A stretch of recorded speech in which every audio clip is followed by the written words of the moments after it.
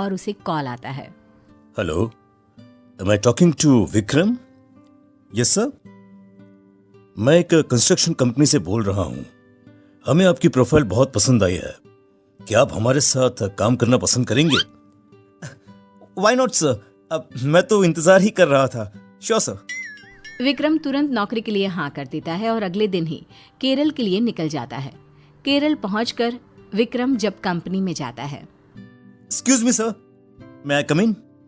Oh yes yes, please have a seat. Vikram बैठ जाता है। फिर मैनेजर विक्रम को बताता है। देखिए, बात ऐसी है कि पुराने शमशान को हमारी कंपनी ने खरीद लिया है और वहां एक फैक्ट्री सेटअप करनी है।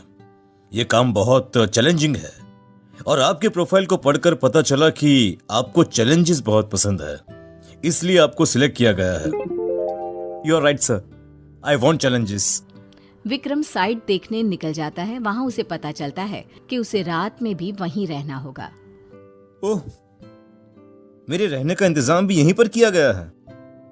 अच्छा है, कोई बात नहीं, मैं तो अकेला हूँ, कहीं भी रह सकता हूँ। विक्रम खा पी कर वहीं पूरे कब्रिस्तान में घूमता है। शाम होते ही उसे कुछ अजीब अजीब सा महसूस होने लगता है। वहाँ उसके साथ प्रमोद और कुछ लेबर भी रहते हैं। वो उनसे कहता है, यहाँ बहुत नेगेटिविटी लग रही है मुझे। अरे ओ भाई, ये कोई मामूली जगह थोड़ी है, शमशान घाट है भाई, शमशान घाट। पता नहीं ये कंपनी वालों को ऐसा क्या सूझा जो ऐसी जगह पसंद कर ली।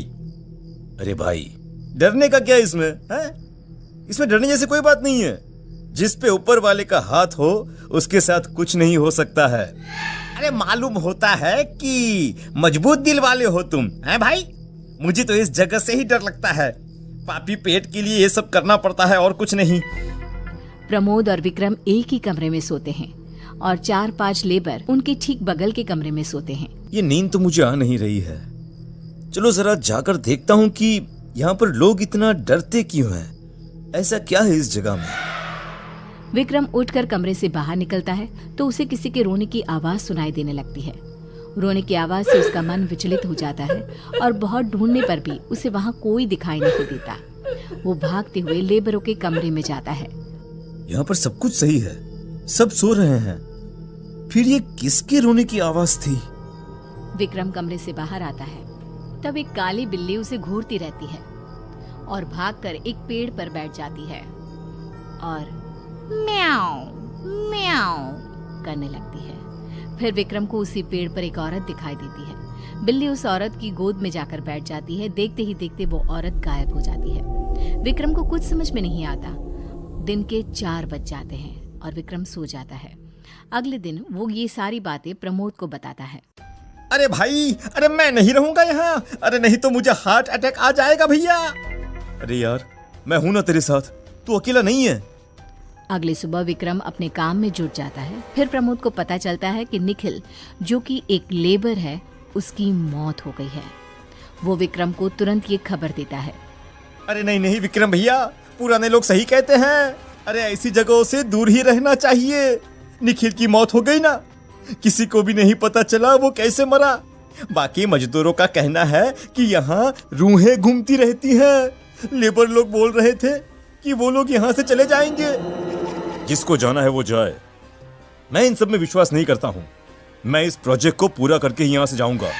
सभी लेबर प्रमोद और विक्रम के साथ निखिल की बॉडी का दाह संस्कार करते हैं।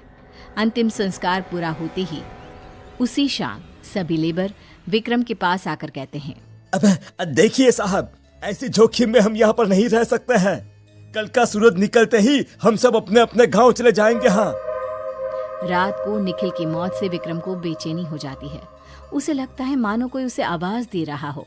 वो कमरे से बाहर निकलता है। फिर उसे महसूस होता है कि कोई उसका पीछा कर रहा है।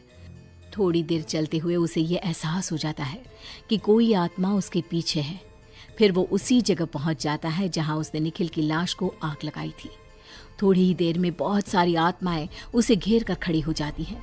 विक्रम अपनी जान बचाने के लिए कमरे की ओर भागता है और पसीने से भर जाता है। फिर बेहोश हो जाता है।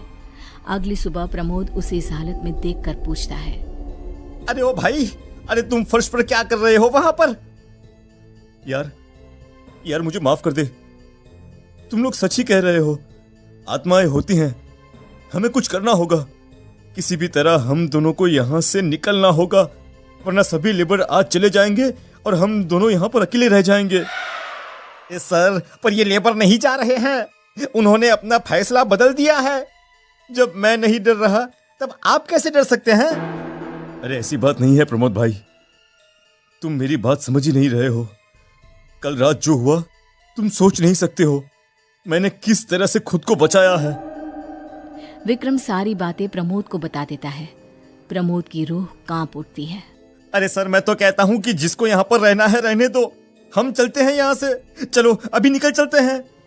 विक्रम और प्रमोद अपना सामान बांध कर निकलने लगते हैं, लेकिन लेबर उन्हें घेर लेते हैं और जाने नहीं देते। साहब, आप लोग नहीं जा सकते हैं। अरे भैया, हम तो जा रहे हैं। जिन्हें मरना है वो मरे यहाँ पर।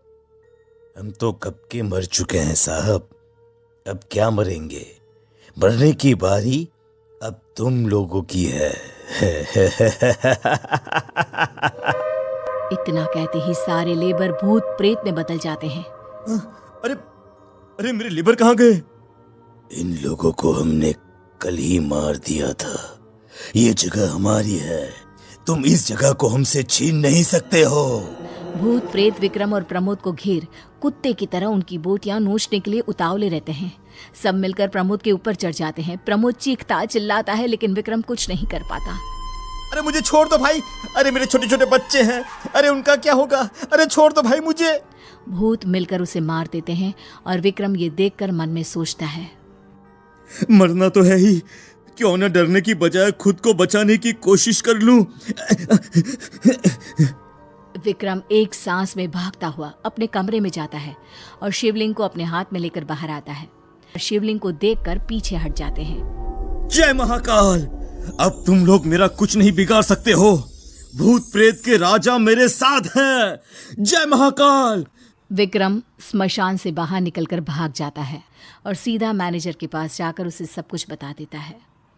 सारी बातें सुनकर कंपनी वाले उस जगह को छोड़ देते हैं, जो वापस एक श्मशान की तरह काम आने लगती है। अगर आपको ये वीडियो पसंद आया हो तो इसे लाइक करें, शेयर करें और हमारे चैनल को सब्सक्राइब करना न भूलें।